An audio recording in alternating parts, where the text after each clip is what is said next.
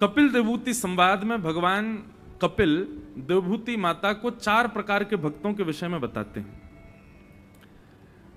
कपिल भगवान देवभूति माता से कहते हैं, मैया मेरे 4 प्रकार के भक्त होते हैं, सतोगुणी, रजोगुणी, तमोगुणी और निर्गुणी।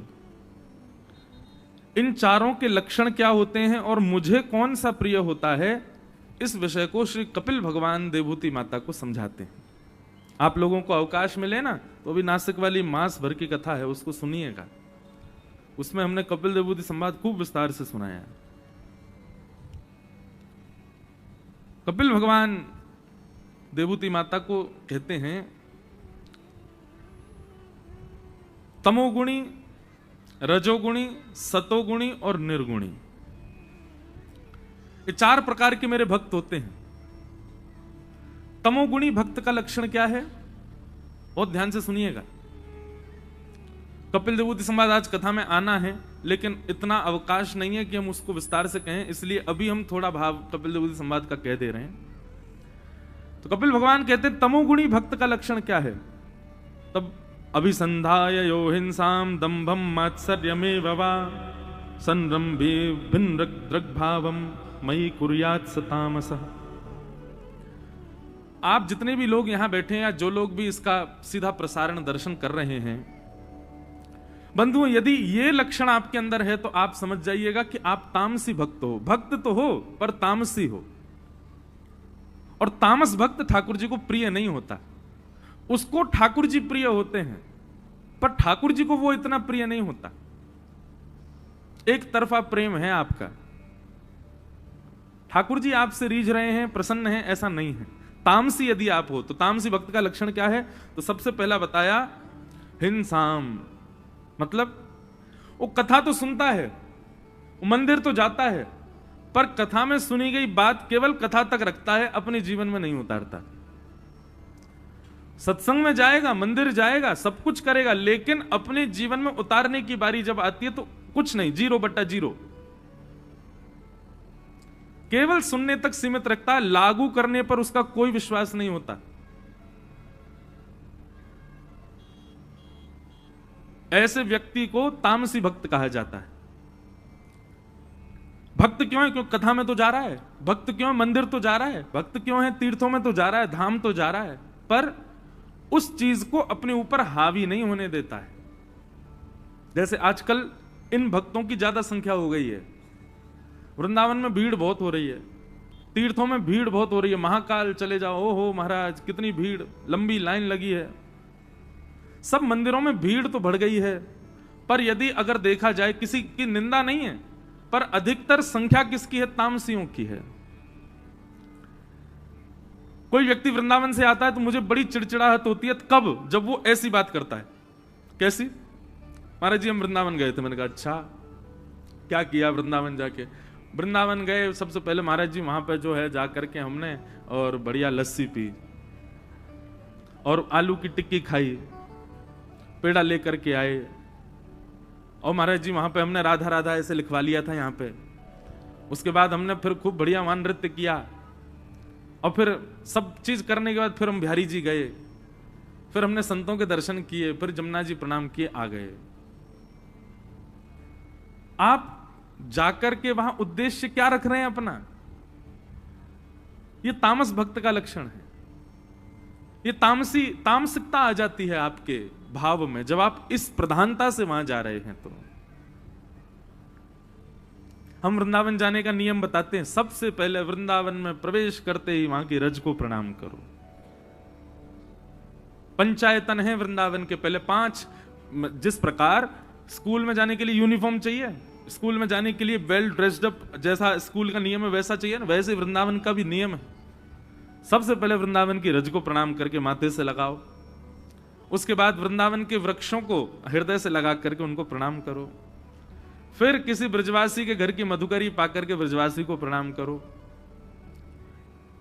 चौथा श्री यमुना जी को प्रणाम करो। कितने लोग ऐसे वृंदावन जाते यमुना जी का दर्शन ही नहीं करते, यमुना जी को प्रणाम करो, और फिर 5वें श्री गोपेश्वर महादेव को प्रणाम करो।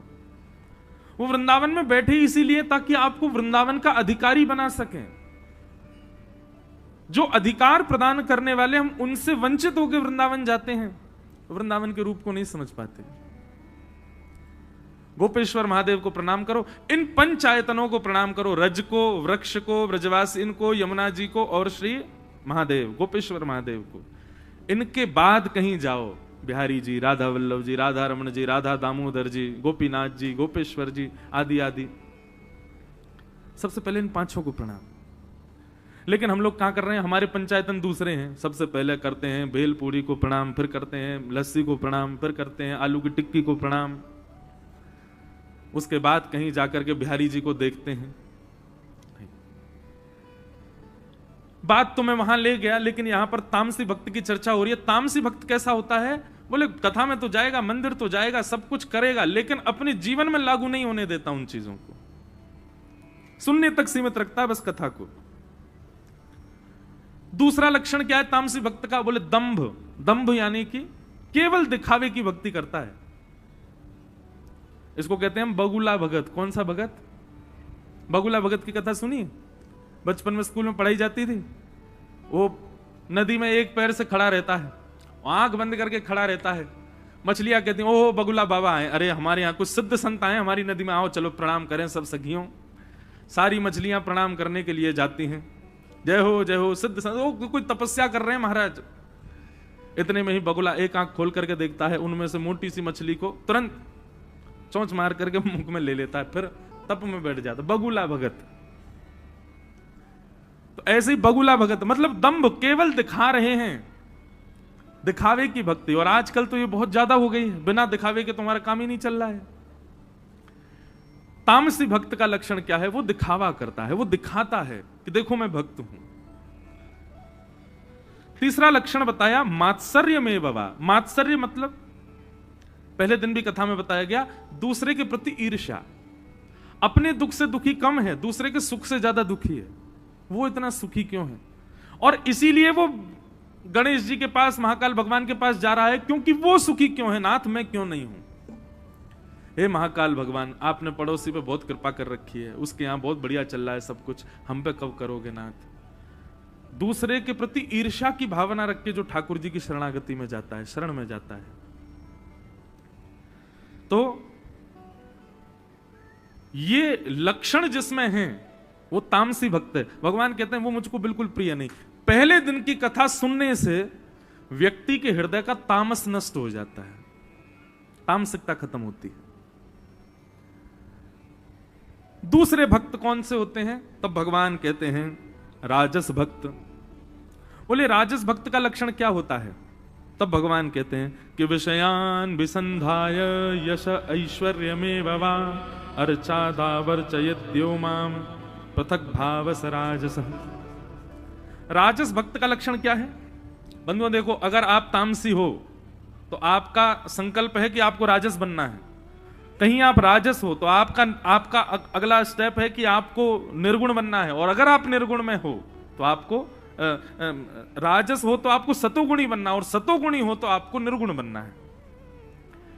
इसलिए जिन जिन भावों को आप यहां सुन रहे हैं, अपने आप पहचान जाइए आप कौन से हैं, और उस भाव को ठीक करने का प्रयास करो। राजस भक्त का लक्षण क्या है? तब भगवान कहते हैं सबसे पहली बात विषय। बिना किसी विषय के मेरे पास कभी नहीं आता, बिना किसी कामना के रहित तो कभी आ ही नहीं सकता। वो कामना से ही आएगा मेरे सामने, विषय भोग की वस्तुओं को लेकर के ही आता है। उसको देखते ही मैं समझ जाता हूं कि अब कुछ मांगेगा, गिड़गिड़ाएगा मेरे आगे, क्योंकि वैसे तो ये दिखता नहीं है मंदिर में, ये केवल और केवल मांगने के लिए दिखता है। अच्छा, ऐसे लोग हमारे जीवन में भी होते हैं, वो जैसे ही दिखाई देते हैं। अच्छा, ऐसे लोगों का लक्षण क्या होता है? वो हंसते हुए ही मिलेंगे, और उनको देखते ही पता चल जाता कोई काम है इसको, तभी आया है। ये ऐसे तो आ ही नहीं सकता, सोन पपड़ी लेकर के आया है, निश्चित ही कुछ बड़ा मांगने वाला है। नहीं, अब की बार तो रबड़ी लेके आया। बोले ओहो, ब्लड प्रेशर हाई हो जाता हमारा, बोलो अब पता नहीं क्या मांगेगा। ऐसे कई लोगों के नंबर भी होते हैं, उनके फोन जब आते हैं तो हमारे हाथ पांव कांप जाते, कुछ जरूर इसका कोई काम होगा तभी फोन किया है, ऐसे तो कभी करता ही नहीं याद। ऐसे ही बंधुओं ठाकुर जी भी घबराते हैं इनसे, राजस भक्तों से। क्यों? जैसे ही ये आते हैं तो भगवान एक प्रकार से ये कह देते हैं, मंदिर में से मैं ऐसे भागता हूं, केवल मेरा पाषाण रहता है वहां पर, मैं तो रहता ही नहीं। क्यों? इस पर केवल काम मांगने का है।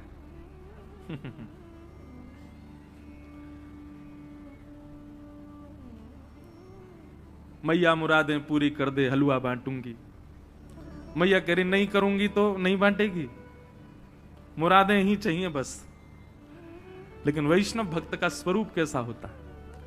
न कोई शिकायत, नहीं कोई अर्जी, कर लो करा लो प्रभु, जो है तेरी मर्जी। राजस भक्त क्या है? वो अपनी मर्जी बताता है ठाकुर जी को कि मेरा जीवन ऐसा बनाओ जैसा मैंने सोचा है। उसको ठाकुर जी पर विश्वास नहीं है। एक प्रकार से बिगड़े हुए बालक का लक्षण है।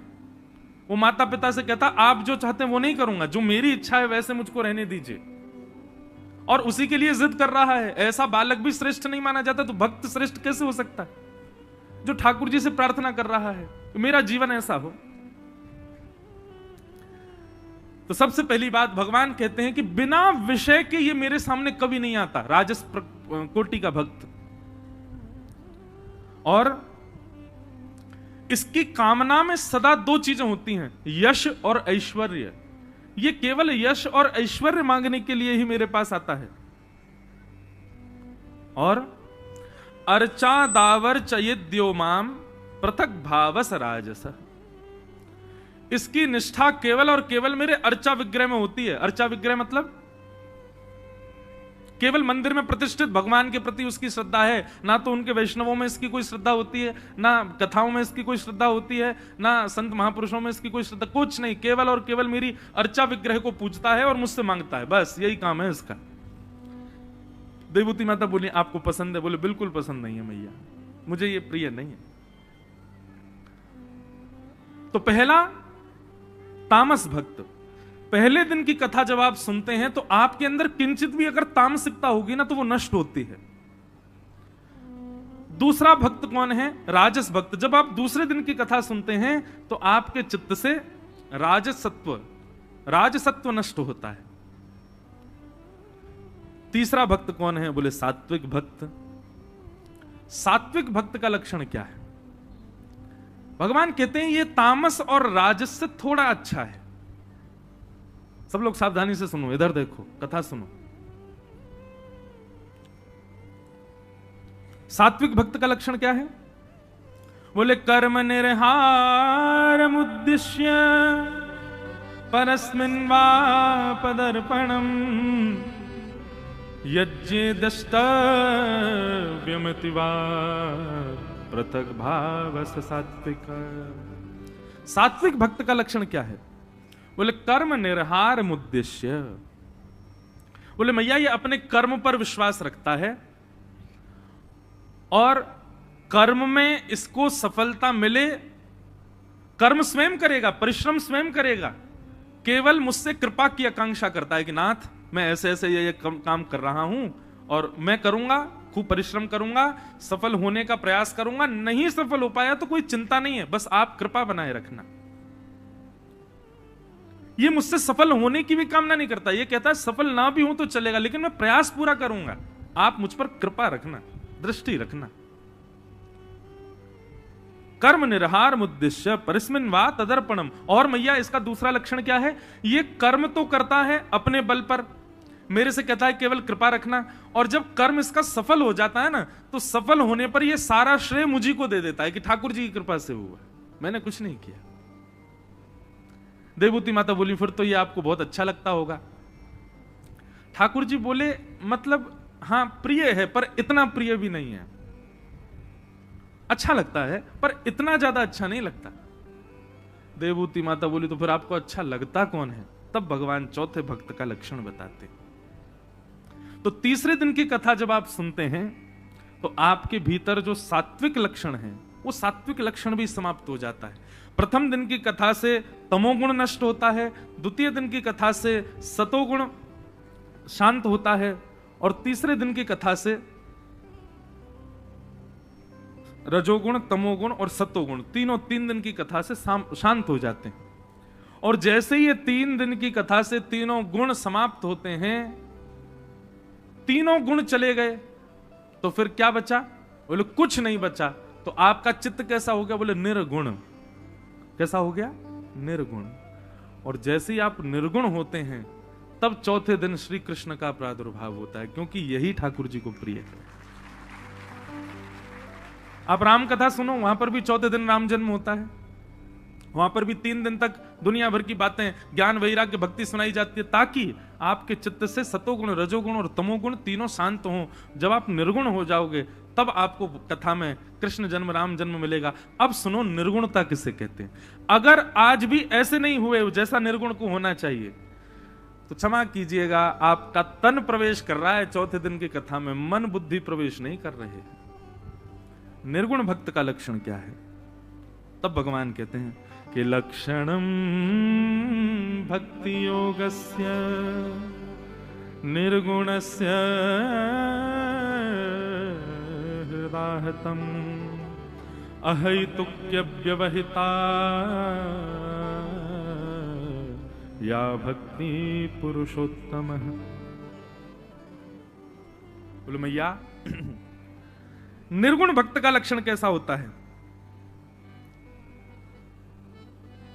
जैसा मैं अभी थोड़ी देर पहले गा रहा था, न कोई शिकायत नहीं कोई अर्जी, कर लो करा लो प्रभु जो है तेरी मर्जी, सुख दो या गम जो भी मैं प्रेम से सहूंगा, जहां ले चलोगे वहीं मैं चलूंगा।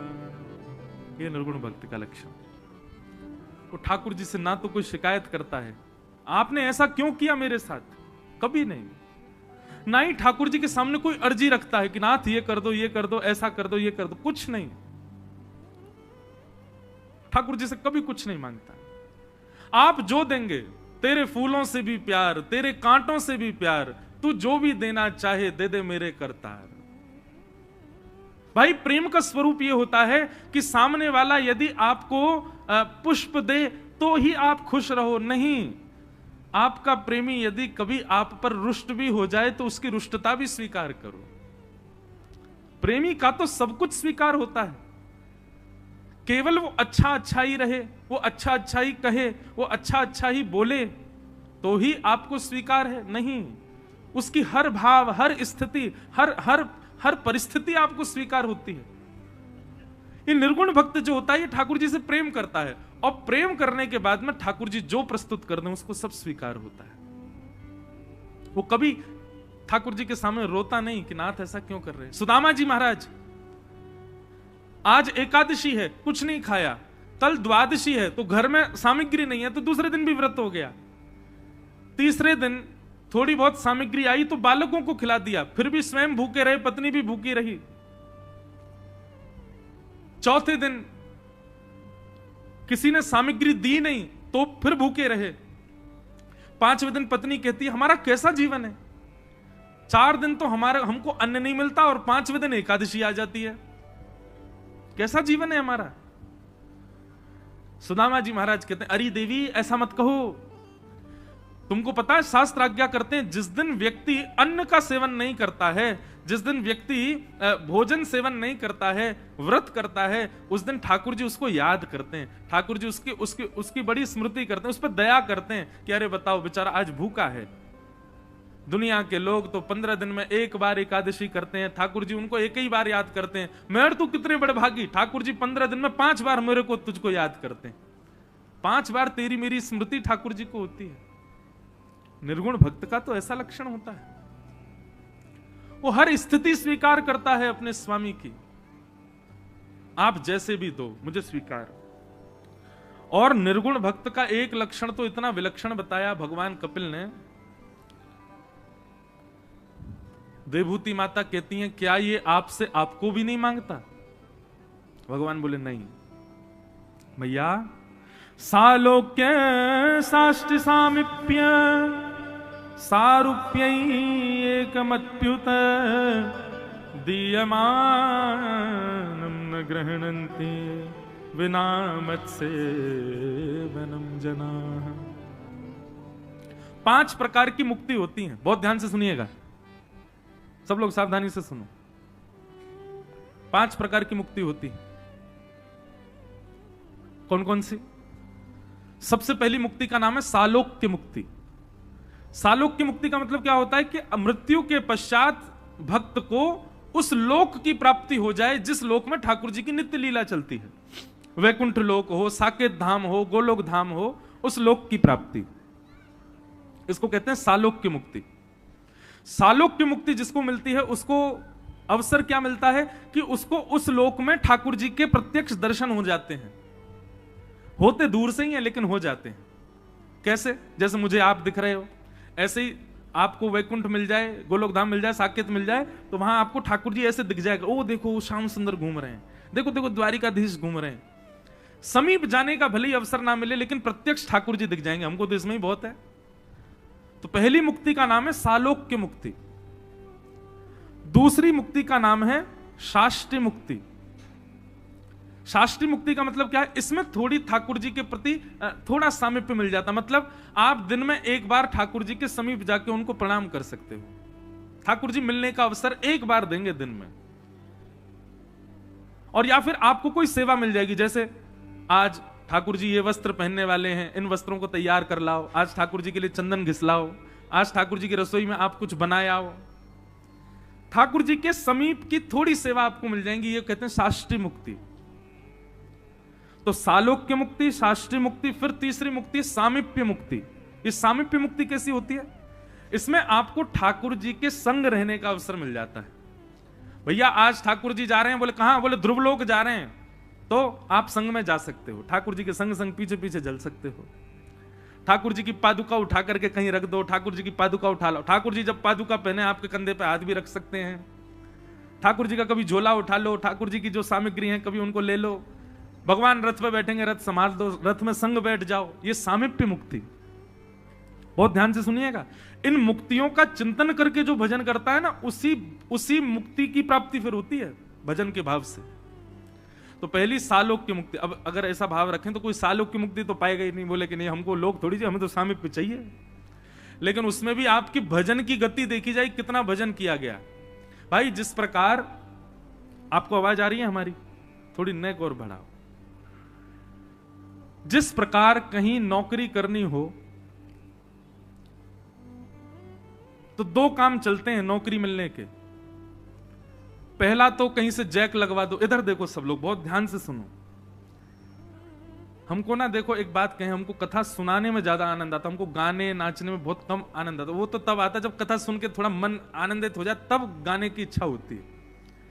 तो पहले मन आनंदित कर लो तब गाएंगे कुछ, इसलिए तब तक बड़े भाव से सुनो। आज हमारी कथा प्रथम स्कंद पर है और हमको 10वें स्कंद पर जाना, कैसे जाना ये हमको भी नहीं पता, और कब तक जाएंगे ये भी नहीं पता। ये भी लग रहा है कि समय निकल रहा है, 5:30 बज गए। लेकिन चाहे कृष्ण जन्म रात्रि 12 बजे होगा आज ही।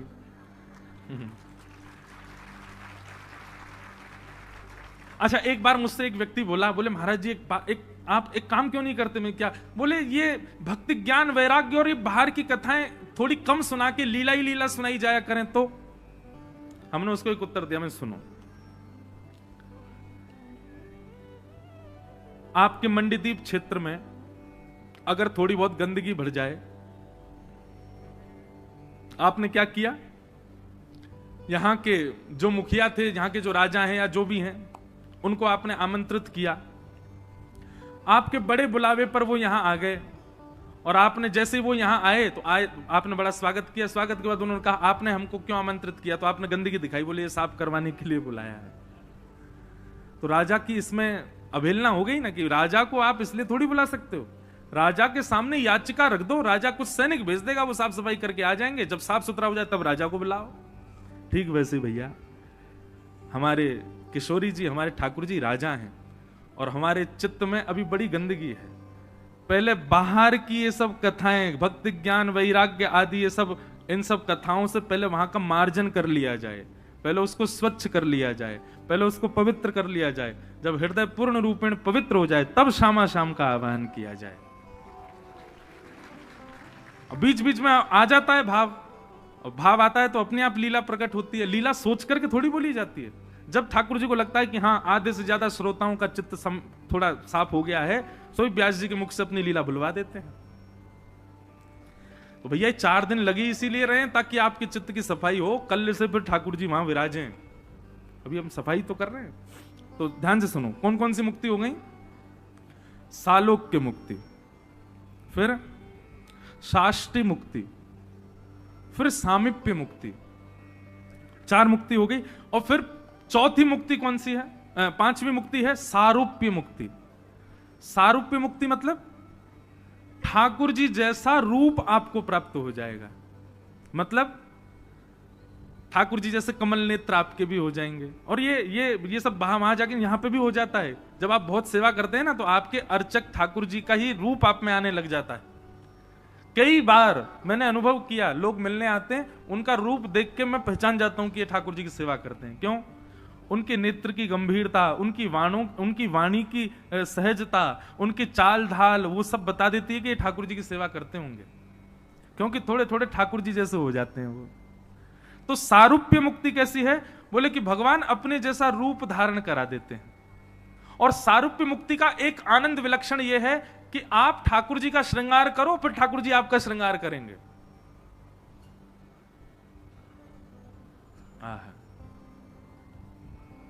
एक पद गाता हूं ना मैं। तू है सखी बड़ भाग बड़ी, नंदलाल तेरे घर आवत है। तू अपनो श्रृंगार करत है, तू अपनो श्रृंगार करत है। ये दर्पण हाथ दिखावत है, ये दर्पण हाथ। आप अपना श्रृंगार करो, ठाकुर जी ऐसे दर्पण लिए बैठे रहेंगे। आप थोड़ा मुंह ऊपर करो, ठाकुर जी दर्पण ऊपर करेंगे, नीचे करेंगे, इधर उधर करें। ये सारूप्य मुक्ति है। निज कर गूथ सुमन के गजरा, निज कर गूथ सुमन के। आपकी बैनी, आपकी जो चोटी है, ठाकुर जी अपने हाथ से गूथेंगे और गूथ करके बीच बीच में सुंदर सुंदर पुष्प सजा देंगे। निज कर गूथ सुमन के गजरा, निज कर गूथ सुमन के गजरा। अपने ही हाथ पहरावत है, अपने ही हाथ पहरावत है। यह है सारूप्य मुक्ति। अच्छा एक बात कहूं बंधु, हम जिन मुक्तियों के विषय में सुन रहे हैं, ये मृत्यु के पश्चात की मुक्तियां हैं। इनकी प्राप्ति के लिए जप तप नियम व्रत अनुष्ठान और जीवन पर्यंत बड़ी शुद्धता की आवश्यकता है। और अंते नारायण स्मृति, अंत में नारायण स्मृति होगी तब जाकर के ये मुक्तियां मिलेंगी। लेकिन यदि जीते जी आपने प्रेम लक्षणा भक्ति को जीवन में उतार लिया, तो ये सारी मुक्ति में मिलने वाले जो जो आपको रस हैं, वो जीवित अवस्था में इसी मृत्यु लोक में मिल जाएंगे। स्वामी श्री हरदास जी को मिले, श्री हृदयवंश महाप्रभु को मिले, हरिराम व्यास जी को मिले, भक्तिमती मीराबाई को मिले, सूरदास जी को मिले, सूरध्वज जी को मिले। प्रेम लक्षणा भक्ति यदि हमारे भीतर है, जिसमें प्रेम प्रधान है, तो वहां पर ये पांचों की पांचों मुक्तियां आपकी जीवित अवस्था में प्रकट हो जाए। और हमारा उद्देश्य यही है। मैं अभी ये बात पहले बोल दी, पर ये पांचों मुक्तियों का वर्णन करके मैं यही कहता कि हमको मृत्यु के बाद इनकी आवश्यकता नहीं, हमको तो जीते जी चाहिए। यही हमारा उद्देश्य है। हमको ठाकुर जी यही चाहिए। ये सब कुछ ठाकुर जी ने दिया है। कितने भक्तों को दिया है ये पांचों सुख, पांचों मुक्तियों का सुख इसी धराधाम पर दिया है ठाकुर जी ने। तो सारूप्य मुक्ति, ये सारूप्य मुक्ति कैसी है? ठाकुर जी यहां पर आपको अपना जैसा रूप देते हैं। भगवान को कोई इत्र बढ़िया लगा, इत्र लगाएंगे और फिर दौड़े दौड़े आपके पास आएंगे, देख मुझको बहुत जोर का इत्र मिला, तेरे को लगा दूं, सो आपको भी लगा देंगे। और कहो लगामे नहीं हो के मेरे गले लग जा, मेरी सुगंधित तुम्हें आ जाए। मतलब ठाकुर जी सख्य भाव, प्रियतम भाव सब निभाएंगे। इसको कहते हैं सारूप्य मुक्ति। और अंतिम मुक्ति का नाम, पांचवी मुक्ति है एकत्वम। एकत्वम मुक्ति का अर्थ क्या है? इसमें कोई लीला विलास नहीं है। आप ठाकुर जी को देखते देखते देखते देखते उन्हीं में ही विलीन हो जाओगे, ठाकुर जी में ही अवस्थित हो जाओगे। तुम्हें ही देख तुम्हें ही हुए जाइए। लाली मेरी लाल की जित देखूं तित लाल, लाल ही देखन मैं चली मैं हूं है गई लाल। ये एकत्वम, आप उन्हीं में ही विलीन हो जाओगे और उन्हीं के भीतर ही सुख पाओगे। ये 5 प्रकार की मुक्तियां हैं। सालोक्य, शाष्टी, सामिप्य, सारूप्य और एकत्वम। भगवान कहते हैं मैया ये निर्गुण भक्त जो होता है ना, ये पांचों की पांचों मुक्तियों से भी डिनाय कर देता है। नहीं चाहिए मुझे 5 मुक्तियां नहीं चाहिए। आप मेरी बात कर रही हो कि ये मुझे मांगते हैं कि नहीं? अरे ये मेरे द्वारा प्रदत्त मुक्ति भी नहीं मांगते, इनको मुझसे कुछ नहीं चाहिए, ये मुझसे कभी कोई याचना नहीं करते।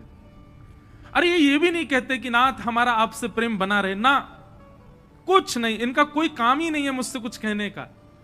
ये केवल मेरे प्रेमी हैं, मुझे निहारते रहते हैं, मेरे सामने खड़े रहते हैं, दोनों भुजाएं फैला देते हैं और फैला के कहते हैं नाथ आप मेरे हो मैं आपका हूं। बस इतना ही इनका भाव है, इसके अतिरिक्त ये कुछ नहीं। और नेत्रों से अश्रुधार बहाते रहते हैं।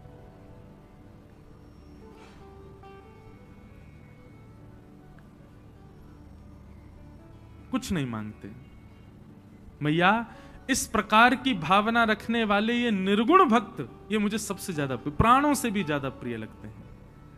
मुझे प्राणों से भी अति प्रिय हैं ये भक्त। और बंधुओं, हम जिन जिन भक्तों की रस चर्चा सुनते हैं कथाओं में, चाहे वो भक्तमाल के भक्त हों, चाहे वो भागवत जी के भक्त हों, ये सारे भक्त निर्गुण भक्ति के उपासक हैं। इसीलिए ठाकुर जी को प्रिय, ठाकुर जी को अच्छे लगते हैं। तो चौथे दिन कथा होने का कारण यह है ताकि राजस, तामस और सात्विक 3 दिन की कथा से ये तीनों गुण हमारे शून्य हो जाएं, और जैसे ही हम निर्गुण हो जाएं तब हम गाएं नंद घर आनंद भयो जय कन्हैया लाल की, हाथी दीने घोड़ा दीने और दीनी पाल की, नंद घर आनंद भयो।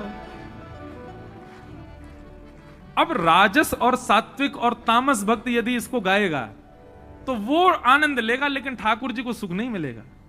ठाकुर जी को तो तब सुख। आपको पता है ब्रजवासियों की स्थिति क्या थी? नंद बाबा अटारी पर खड़े होकर के रत्न लुटा रहे थे, और ब्रजवासी इतने निर्गुण हो गए थे कि ब्रजवासी ऐसे झोला फैला करके लूटें रत्नों को, और उन रत्नों को लूट करके भर के लेके जाएं, स्वयं टीले पर चढ़ जाएं और स्वयं भी ले लेकर के दूसरों पर लुटा दें। कुछ भी अपने पास नहीं रखा ब्रजवासियों ने, इतने निर्गुण हो गए। शाम को यहां टॉफी और बिस्किट लुटाए जाएं, महाराज माताओं में, बहनों में, भाइयों में घमासान मच जाती, मेरा बिस्कुट ले गया। हम निर्गुण कहां हैं? गुब्बारे फोड़ने में लगेगी होड़, कौन किस पर चढ़ के फोड़े। हम निर्गुण कहां हैं? वास्तविकता वो बीच वाला जो वो है ना यंत्र कैमरा वाला, वो हिल रहा है, इसलिए वो कह रहे हैं साइड हो जा। नेक भैया ने आराम से बोल देकर कथा में बीच में बोलो वृंदावन बिहारी लाल की। तो क्या बता रहा था मैं? हाँ, निर्गुण। ये चौथे दिन कृष्ण जन्मोत्सव, कृष्ण लीला इसलिए आती है ताकि निर्गुणता चित्त में आ जाए, निर्गुण भाव चित्त में आ जाए। कोई याचना